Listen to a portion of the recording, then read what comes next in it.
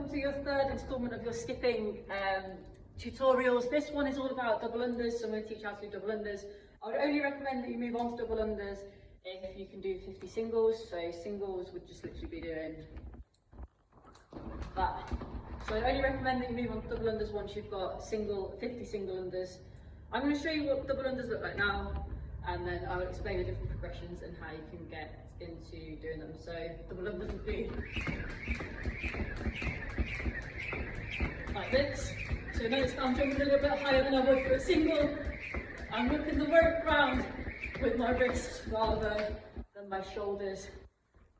For the timing of it, so timing's a key thing for double unders. One way that you can impact the timing is if you do too much knee flexion. So if you're jumping up with too much knee flexion, then that's going to impact how many double unders you're going to do, but it's also going to impact how quickly you can do them.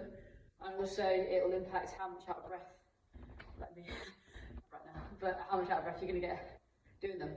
So that is the first tip, not too much knee flexion. The second one is pike jumps. So a lot of people, when they do them, they bring their feet forwards. If you're bringing your feet forwards, that's going to impact your rope speed alongside your feet. So that is something else to be wary of. So knee flexion, too much of it, and pike, putting your feet forwards. To work on the movement itself, so just practice doing some higher jumps, so power jumps, just practice doing higher jumps like that. Your first progression would be to try and do just at least one, so just try for one. So in order to work on the timing as well, you can do what's called penguin taps. So as you're jumping higher, you're just tapping on your leg, and that gives you a little bit of an idea of the cadence of what you'd be doing for the skipping. So every time I'm tapping my legs, that would be when I'd spin the rope. So spin, spin, spin, spin, spin. And as you can hear, it's the same sort of tempo throughout. So I'm not doing that, then that. I'm doing. So the timing, as long as you get the timing right for your double unders and you just keep that timing in your head, you'll be fine. That's all it comes down to. Bearing in mind you're not doing too much knee flexion or pike jumping, as well as I showed you earlier. So your first task would just literally be to do one. So like that. After you've done one, what I want you to do is see if you can do one and then carry on with your skipping. So that would look like this. And then just throw in some singles like that. Once you've done that, that's when you can try and link them back to back, so seeing how many you can do in a row.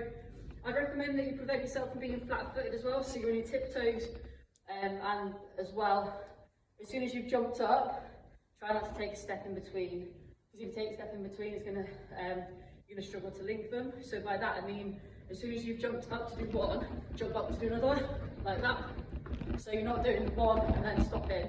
You want to just keep jumping up, jump up, jump up. What I see quite often is people trying to rush into the next one. So what they'll do is they'll jump up and then they'll like change the tempo.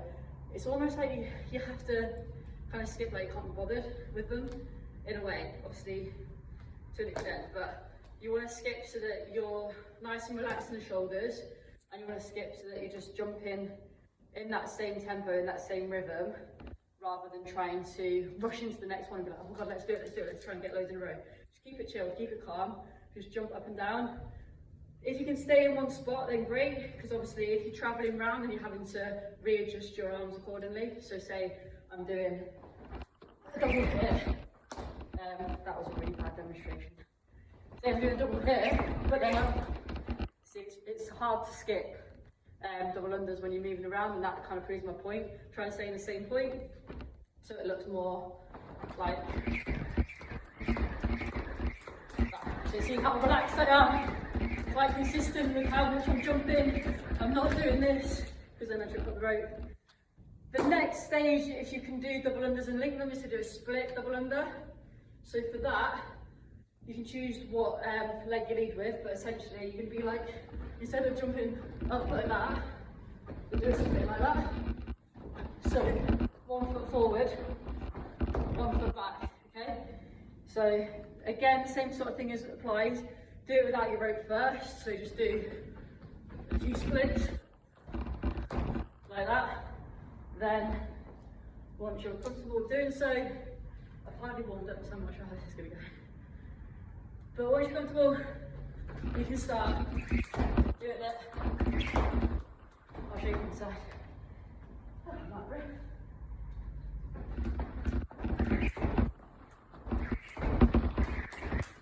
So that is how you would do the split one. So you could, let me show you how you might be able to put some of them into a combination like we've done before. So say you're doing, she says, say you're doing 2 foot wide up, out, split. So we've not got an actual combination for you to learn today or for this week. It's more just trying to see how many double unders you can get of either both feet together or split. If you've got any questions, let me know.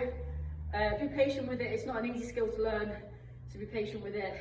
Send in your videos, even the ones that you're struggling with, so I can give you some pointers as to how to improve, and enjoy your skipping.